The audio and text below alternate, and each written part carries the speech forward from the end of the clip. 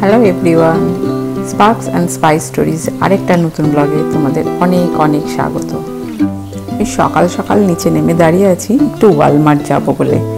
এই গ্রসারির কয়েকটা আইটেম কিনবো, একদমই টুকটাক, আর কিছু কিনবো প্যাকিংয়ের জন্য কিছু জিনিস। এই ওয়ালমার্টে এসে প্রথমেই চলে এসেছি কালারের সেকশনে। এই শিফটিং করব আমাদের এই রান্নাঘরের এবং বাথরুমের কিছু ড্রয়ারগুলোতে কিছু রং ধরে গেছে, হলুদ লাল এরকম কিছু রং হয়ে গেছে। সেই রঙগুলোকে পুরো আমাদের আবার তুলে দিয়ে যেতে হবে, যেগুলো মুছলেও যাচ্ছে না। তাই ভাবছি একটু রং করে দেবো, কারণ ওরা বলেই দিয়েছে যে যাবার আগে যদি রং করে দাও তাহলে আর সেগুলোর জন্য কোনো ফাইন লাগবে না। তাই এখানে স্প্রে পেন্টের জন্য এসছি। আর এই স্প্রে পেন্ট দেখতে দেখতে এখানে দেখছি তালা, কি সুন্দর সুন্দর তালা, দামও খুব বেশি নয়, অদ্ভুত টাইপের সব তালাগুলো। যদিও আমাদের তালা এখন আর লাগবে না, তাও ভাল লাগলো, তাই একটু দেখে নিলাম। যদি কখনো লাগে তাহলে ওয়ালমার্ট থেকে যে কিনতে পারবো, সে কারণে একটু ভালো করে দেখে যাচ্ছি যে কিরকম কিরকম তালা এখানে আছে। কিন্তু সবই এখানে কি বলতো, এই নাম্বারিং সিস্টেম তালা, চাবি দেওয়া তালা খুবই কমই দেখলাম। যাই হোক, যদি কোনো দিন লাগে তো এখান থেকে কেনা যাবে।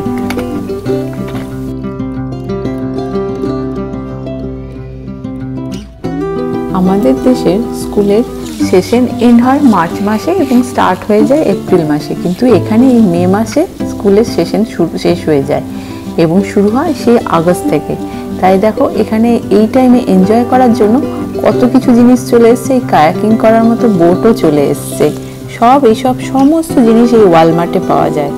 ওয়ালমার্ট হলো এমন একটা জায়গা, হেন জিনিস নেই যে পাওয়া যায় না। আমি ঘুরতে ঘুরতে চলে এসেছি এই সেকশনটাতে। আমার যেহেতু শিফটিংয়ে কিছু বক্স লাগবে, তাই আমি বক্সের জন্য এই কার্টনগুলো দেখতে চলে এসেছি।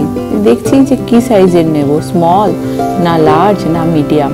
তবে আমার মনে হলো স্মল সাইজটাই আমার পক্ষে ভালো হবে। লার্জটা একটু বেশি বড় হয়ে যাবে এবং হ্যান্ডেল করতে এগুলো খুব কষ্ট হয়। যদিও আমরা নিজেরা নিয়ে যাবো না, এটা আমরা ফেডেক্সে পাঠিয়ে দেবো, তাই আমি স্মল দেখেই একটু কার্টুন নিয়ে নিলাম। আর কিছু এই র্যাপিং বাবেল র্যাপও নিয়ে নিলাম।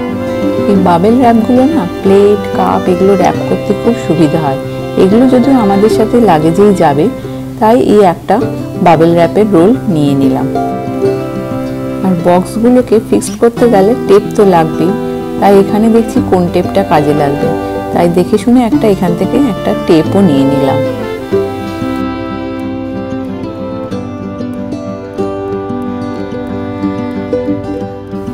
র্যাপিং এর জন্য এখানে এত সুন্দর সুন্দর মেটেরিয়াল পাওয়া যায়। দেখো এগুলো র্যাপ করা যায়, যেমন জিনিস সেই অনুযায়ী তুমি সাইজ অনুযায়ী তুমি সমস্ত র্যাপিং মেটেরিয়াল পেয়ে যাবে।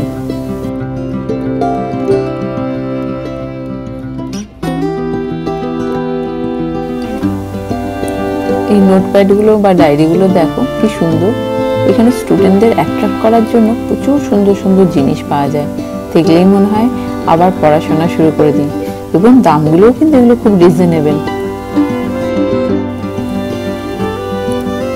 এই ঘরে ফিরেই শুরু করে দিয়েছি বাথরুমের ওই ড্রয়ারটাতে, যেটাতে সিঁদুর টিঁদুরের দাগ লেগেছিল, ওইটাকে পরিষ্কার করে রং করার কাজ।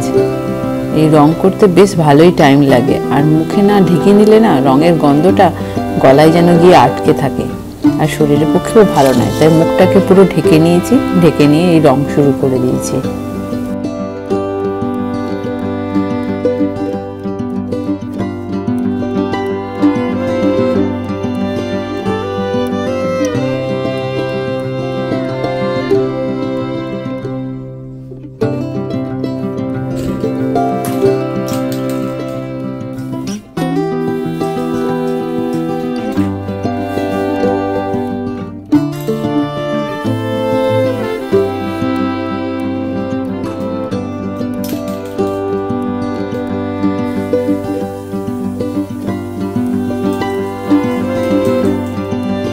রং করতে করতে দেখি ওইখানে আবার রং লেগে যাচ্ছে স্ল্যাবটাতে, তাই আবার ওখানে খবরের কাগজ দিয়ে তারপর আবার রং শুরু করলাম। এই চারদিক এত দেখে শুনে রং করতে হয় না, আর আমরা তো এক্সপার্ট নই, খুব অসুবিধা হয়। এই ড্রয়ারটা হলেই বাথরুমের প্রায় রং শেষ হয়ে যাবে, আর শুধু বাকি থাকবে রান্নাঘরের একটু পোর্শন।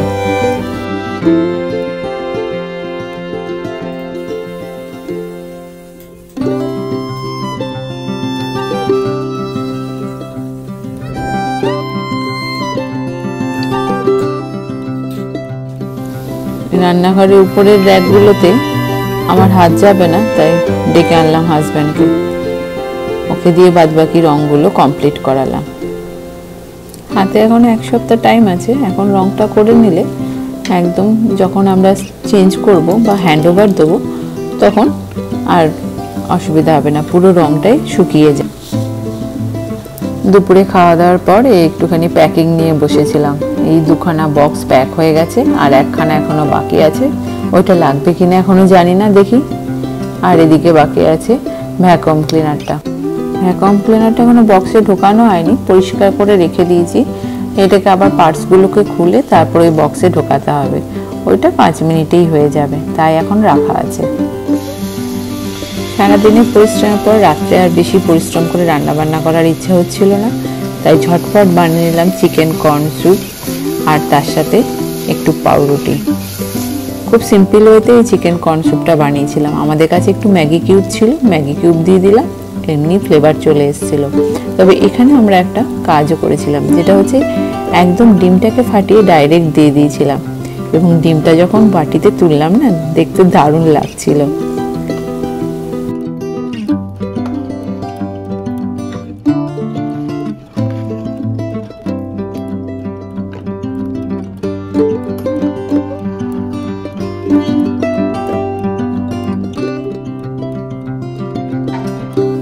একদম ready chicken corn soup with bread. এই হলো আমাদের রাত্রে ডিনার।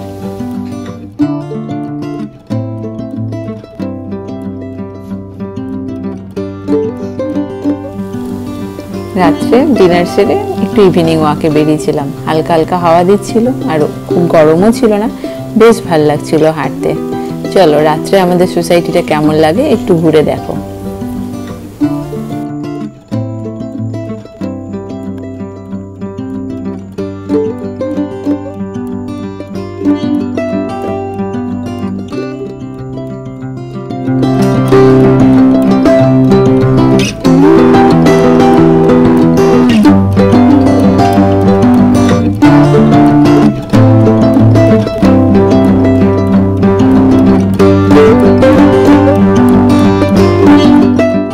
আজকের ব্লগে যদি কিছু ভালো লেগে থাকে তাহলে প্লিজ লাইক, শেয়ার আর কমেন্ট করে দিও।